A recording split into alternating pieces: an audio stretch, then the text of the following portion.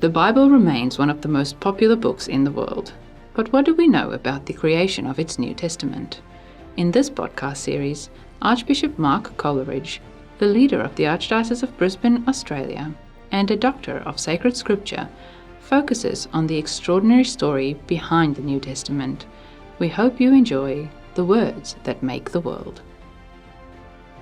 Welcome back to this next series in the podcasts that are exploring how the New Testament took shape. These texts that we call the New Testament, which are arguably at least the most influential texts that have ever been written. Words that made the world in so many different ways, given the historical influence and impact of Christianity, and given that these texts are the engine of Christianity, we are exploring the most influential and powerful texts that have ever been written. Now, the question that we concluded with in the last podcast was, why and how did Christianity move from letters, the letters of St. Paul, to stories, in other words, the Gospels? Because, as we've seen, the earliest texts in the New Testament were the letters of Paul. Probably the first, almost certainly, I think, the first letter to the church at Thessalonica, written perhaps in about 48 or 49. So, 15 years or so after the death and resurrection of Jesus, it's not as if nothing hadn't been going on in those 15 years. A great deal had been going on, of course, at the level of teaching and preaching and catechesis. And it was that great process of fermentation that honed the texts that will eventually find their way into the stories that we call the Gospels. Now, the answer to the question of why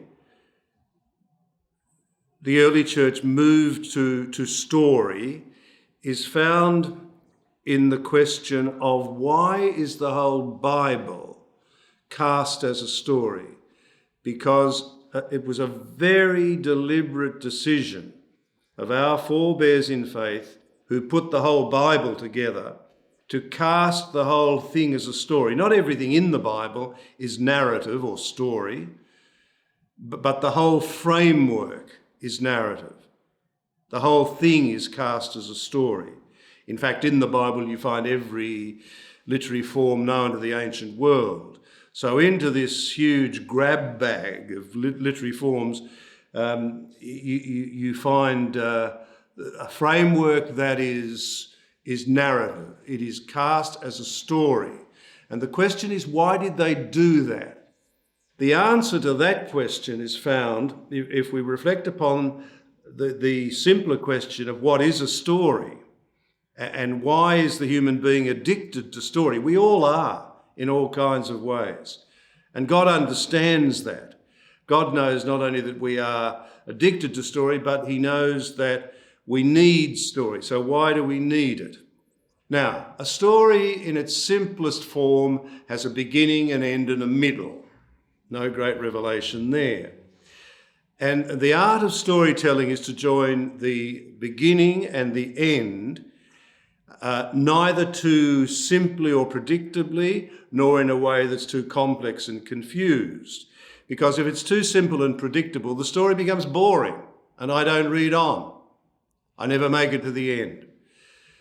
If it's too complex and if it's too confusing, same effect. I lose interest and I never make it to the end. The art of storytelling then is to strike the right balance between simplicity on the one hand and complexity on the other, so that a good storyteller makes his or her way through all sorts of twists and turns, ups and downs, inside out, and so on, all kinds of complexities. But in the end, there is a kind of resolution. Commonly enough in English, that resolution will take the form of "they lived happily ever after," which is something, by the way, you never find in the Bible because they never do live happily ever after, or not yet. So Story then is a journey that has shape and purpose and direction through all kinds of confusions and complexities, ins and outs and ups and downs, to a point of resolution at the end. In other words, a story, whether the simplest or the most complex, is a kind of proclamation that the last word belongs not to chaos but to order. Now, the deepest human fear, this is you and me, is that the last word in my life or in the world, in human history, belongs to chaos, even the chaos of death. And our deepest hope that corresponds to our deepest fear, our deepest hope is that, in fact, in my life and in the history of the world, the last word will belong not to chaos, although there's a lot of that, but will in fact belong to order. So what story does at a deep level is subvert our deepest fear and nourish our deepest hope. And hope is the word to underline, because the whole Bible is really a proclamation of hope, born always and only out of what seems hopeless. So the Bible therefore turns to story in a way that's accessible to everyone.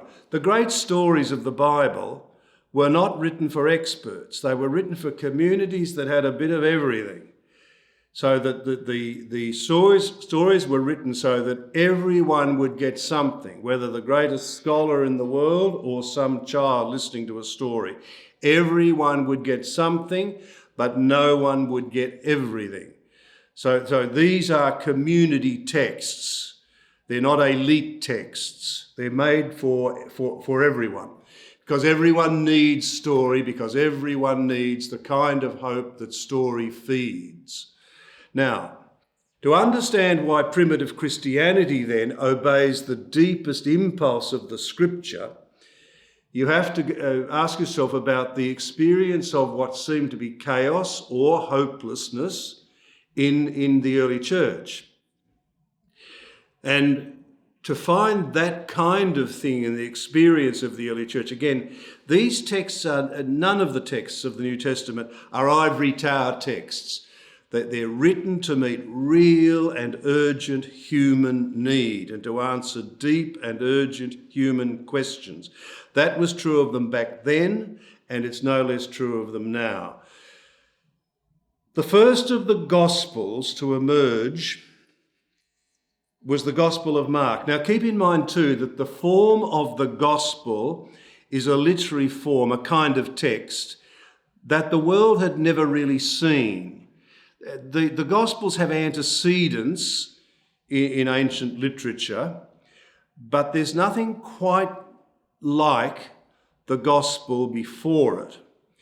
Now, this is because the Gospel stories are seeking to recount a unique event, something that had never happened, that God had taken flesh, become one of us, that God had died, that this God with us, Jesus, had died the most shameful death known to the ancient world on a cross, and that this God with us, Jesus, had been raised from the dead in the most extraordinary and unexpected way.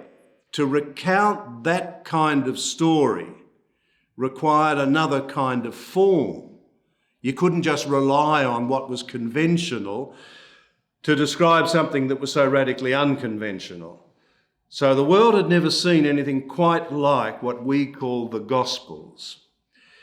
Now, the Gospel of Mark was written almost certainly in the late 60s, probably in Rome. Now, you have to ask yourself what was happening at that time in Rome and in the community, the church in Rome. The church in Rome, we don't know who exactly founded it. It was founded very early, and it wasn't founded by St. Peter or St. Paul. They end up in Rome and they die in Rome, but they weren't the founders of the Roman church. It may well be that the Jews from Rome, and there was a large Jewish community in Rome, had gone to Jerusalem for what we call the first Pentecost, the Feast of Weeks, as the Jewish people would call it. That they went there for the Jewish celebration, and there they heard the primitive preaching of the first Christian Pentecost, and therefore found their way into the encounter with the risen Christ. In that sense, they became Christian without ever ceasing to be Jewish.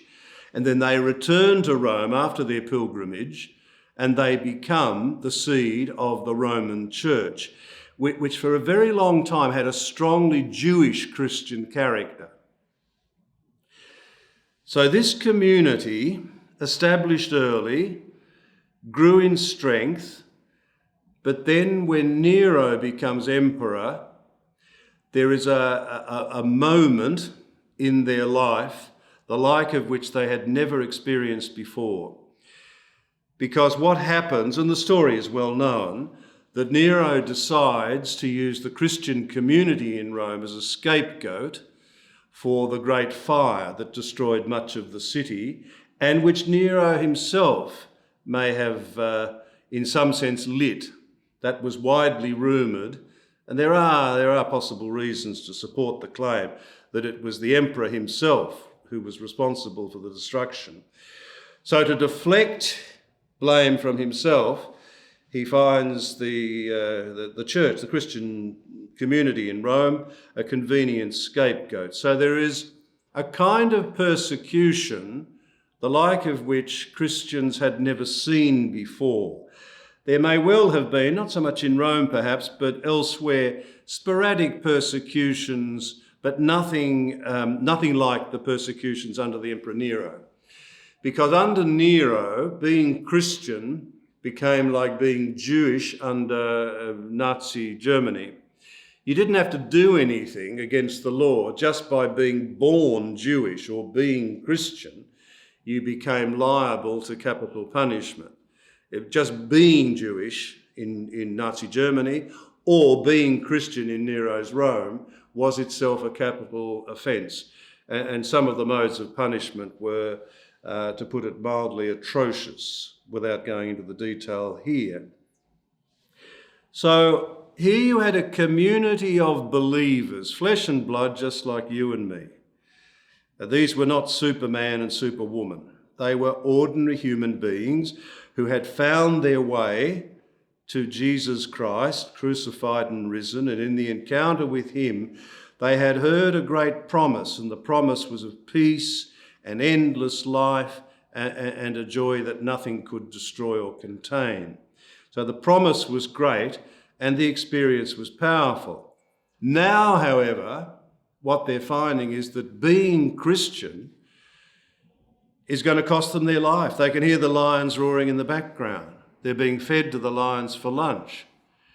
Now, in this situation, the question is, what might you or I or they do? And the answer is they might decide that this wasn't the deal. I'm out of here.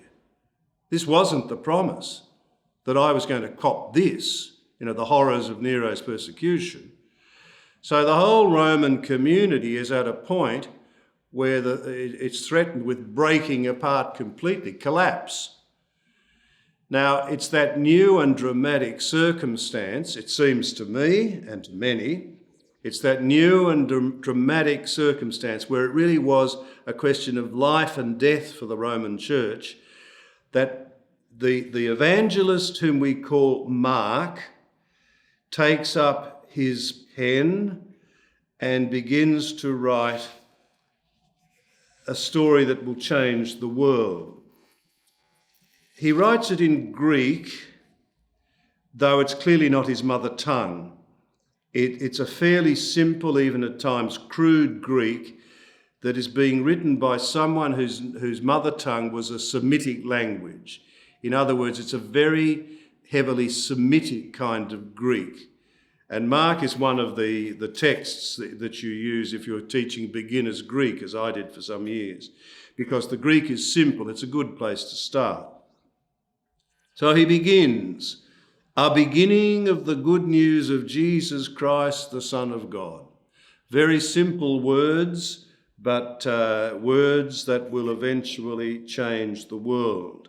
Now, we call the author of this extraordinary text, which is no longer than a short story, by the way, we call this author Mark, and that's a fairly ancient tradition. The names of all the evangelists go back to the very early times of Christianity. However, the texts themselves are anonymous texts. And if we could just dwell for a moment on the question of why are they anonymous? And this is true of the texts of the Old Testament too, for the most part. You get certain texts of the Old Testament, like the book of Jeremiah, that are certainly not anonymous. They have the name of the prophet. But many of the greatest texts of the Old Testament, one thinks of the great stories of Genesis, for instance, which are works of literature of the grandeur of Shakespeare, for instance. But we don't know who wrote them. And much of their art was used to conceal their identity. They didn't want you to know who they were. And this is true of the evangelists too. And keep in mind, the only Bible that they ever knew was what we call the Old Testament. So the evangelists who write these Gospels, we call Matthew, Mark, Luke and John, didn't want you really to know who they are. And there's a very good reason for that. It's what they call a rhetoric of divine glorification. In the Old Testament, the authors are saying, don't look at me, don't start focusing on me, focus on the God I'm seeking to glorify. And in the Gospels, the evangelists are saying, don't focus on me, don't worry about who I am and expend all your energy on trying to discover my identity. Focus upon the Jesus I'm seeking to glorify. So self-concealment is an attempt to deflect attention away from themselves towards the one they are seeking to glorify. So we have anonymous texts, but in fact, if you read between the lines and read with a sharp and well-trained eye, you can have some sense of who the author was and what the circumstances were in which he wrote. Presumably whoever wrote these Gospels, they were male, though there have been some suggestions that the Gospel of Luke might have had a woman's hand somewhere involved in the process. Let's not go down that path because it takes you nowhere. So the Gospel, the text is here in all its concreteness, whatever about the identity of the author. Now, Mark tells a story of fear and failure. That sounds odd because he says it right at the start, as we've seen, a beginning of the good news of Jesus Christ. But in fact, as the story then unfolds, it seems to be bad news. So one of the questions that's posed immediately is this good news or bad news? But if it's good news, it's very good news. It's good news of a very unusual kind. So how do we distinguish good news and bad news? Keeping in mind that the Roman community is going through an experience that seems to be the worst of bad news. So the question that Mark poses immediately to the Roman community and to us is this good news or bad news? Is this death or is this life? It seems death, but might it in fact be birth? And if you can't distinguish between death and birth, death and life, between good news and bad news, you're caught up in a most fundamental contradiction. So that's the question that this story poses. It tells a story of what seems to be bad news, but is in fact, Mark says, good news. So here again, the gospel, the first of the gospels written, is a journey out of the world of what seems to be, the world of illusion, into the world of what is. The whole Bible seeks to lead us on that journey. And you see one instance of it in this first gospel where the church turns from letter to story. Now, the experience of persecution under Nero seemed to swamp the whole community in chaos? Where is the shape, the purpose, the direction in all of this? And here again, story, which talks about shape and purpose and direction, heading towards a resolution, says to the community, in fact, though all seems to be chaotic under the pressure of this persecution, there is in fact, for those with the right eye to see, there is in fact a shape, a purpose and direction. Where is God in the midst of this? God is here. You are not abandoned. You need an eye that sees in the darkness, and you will acquire that kind of eye if you read this story. So in that sense, the story that Mark tells is intended to be what William Blake, the poet, would call a cleansing of the doors of perception, so that you acquire a kind of night vision, a capacity to see in the darkness and to discover the presence of God where you thought God was completely and utterly absent. Now, the story that he tells is really, it's a long prologue or build-up towards the story of the Passion. It's often been said of Mark's Gospel that it's a passion narrative, the death of Jesus. It's a passion narrative with a long introduction. And in many ways that is true. And what he's doing is he's saying to the community in Rome, if you want to understand what you are experiencing, you better understand what happened on Calvary. Because what you are living, in fact, is the Calvary experience. You have to understand that the death of Jesus on the cross, it was an atrocious death. It seemed to be the victory of violence and chaos. But in fact, it was life, not death. It was birth. And it was the birth of a kind of light at the heart of darkness.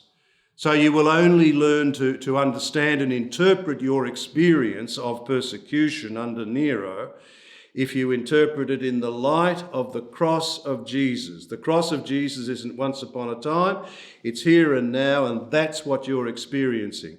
So in fact, this persecution is a kind of birth. The church is being born. And out of this kind of proclamation, the church came to see eventually and fairly early that the blood of the martyrs was the seed of the church, not the death of the church. Now, at the very end of Mark's Gospel, in fact, it's not an ending because Mark's Gospel doesn't end. More of which perhaps as we move through these podcasts. But the women go to the tomb, we're told, to anoint the body. And when they get there, they see the tomb the stone's been rolled away, and they are met by a heavenly messenger who gives them a very precise instruction. Go and tell his disciples and Peter that he's going before you to Galilee. There you will see him as he told you. Okay, so that's very clear, the instruction these women are given right at the end of Mark's Gospel. But then what do we find? The women went out and they fled from the tomb, for trembling and astonishment had come upon them, and they said nothing to anyone, for they were afraid. Full stop. That's where the story stops. It doesn't end. So we end with fear and failure. Why? Because that was exactly the experience of the Roman Church. Fear and failure. So every community has to deal with that experience of fear and failure. In that sense, Mark's story rubs our nose in the fact of our fear and our failure. But what this non-ending of the first gospel implies is that eventually the women moved beyond their fear and failure, because how else would we have the story? They must have recovered from the paralysis that fear and failure bring upon us to tell the story and to do what they were asked, because how else would we have this particular story? So you see that Christianity, therefore, turns to story in a moment of dramatic need, when the church in Rome is facing life or death, and looks to the cross of Jesus as the only key to an understanding of what's happening. Now, this text, this story was so powerful in the Roman Church that it began to do the rounds. Again, it was passed from community to community in the Mediterranean world and far, far beyond and down through time. Why? Because every Christian community we have come to see has to deal with this experience of fear and failure, and every Christian community has to look to the cross of Jesus as the only way we will ever understand the darkness and suffering that come upon us. That's the first of these stories. The question is, why then do we have Matthew, Luke, and John? Why didn't we just continue to read this extraordinary story with such power, the Gospel of Mark? And that's the question to which we'll turn in the next of these podcasts. Thank you for listening to this episode of The Words That Make the World. A new episode is released weekly. You can find more podcasts from the Archdiocese of Brisbane from most major podcast providers or from our website, brisbanecatholic.org.au.